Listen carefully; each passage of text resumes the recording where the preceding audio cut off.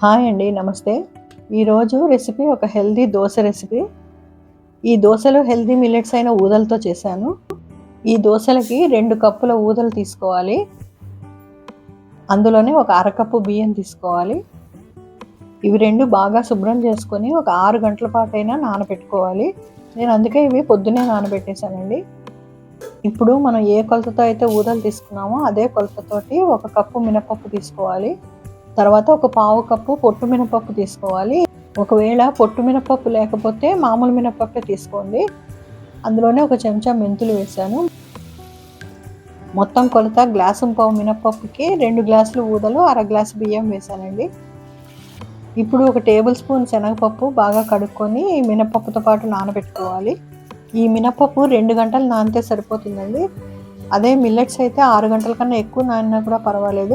మినపప్పు మటుకు 2 గంటల కన్నా ఎక్కువసేపు నానబెట్టద్దు. ఇప్పుడు మినపప్పు మిల్లెట్స్ బాగా నానిపోయాయండి.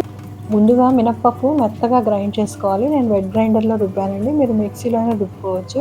మినపప్పు రుబ్బేటప్పుడు మినపప్పు నానబెట్టిన నీళ్ళని మటుకు వాడకండి, ఫ్రెష్ వాటరే తీసుకొని గ్రైండ్ చేయండి. పప్పు నానబెట్టిన నీళ్లు వాడితే పిండి తొందరగా పులిసిపోతుంది. వెట్ గ్రైండర్లో మినపప్పు మెత్తగా రుబ్బడానికి ఒక పావు గంట నుంచి 2 నిమిషాలు పడుతుంది. ఇదిగోండి, ఇప్పుడు మెత్తగా గ్రైండ్ అయిపోయింది. ఇప్పుడు నేను మినపప్పు బయటకు తీయకుండానే మిల్లెట్స్ కూడా అందులో వేసి రుబ్బేశాను. మీరు ఒకవేళ మిక్సీలో గ్రైండ్ చేసుకున్నట్టయితే కుండలో నీళ్లు కానీ ఫ్రిడ్జ్లో నీళ్లు కానీ పోసి గ్రైండ్ చేయండి. సమ్మర్లో కొద్దిగా త్వరగా పులిసిపోతుంది. ఇప్పుడు మిల్లెట్స్ కూడా బాగా గ్రైండ్ అయిపోయాయండి. పిండిని వేరే గిన్నెలోకి తీసేసుకున్నాము. పిండి ఫర్మెంటేషన్ బాగా అవ్వాలంటే మనం చేత్తో ఇలాగ బాగా 2 నిమిషాల పాటు కలుపుకోవాలి. ఇప్పుడు బాగా కలిపిన పిండిని మూత పెట్టుకొని ఒక 8 అవర్స్ పాటు ఫర్మెంట్ అవ్వనివ్వాలి. సమ్మర్లో అయితే 6 అవర్స్లోనే ఫర్మెంట్ అయిపోతుందండి.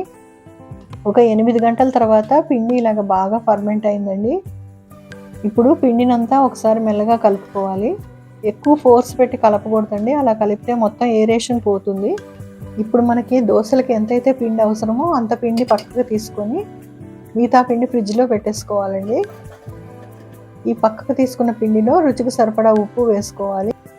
పిండి మరీ గట్టిగా ఉంటే కొద్దిగా నీళ్ళు యాడ్ చేసుకోండి. దోశలు వేయడానికి పిండి రెడీ అయిపోయింది.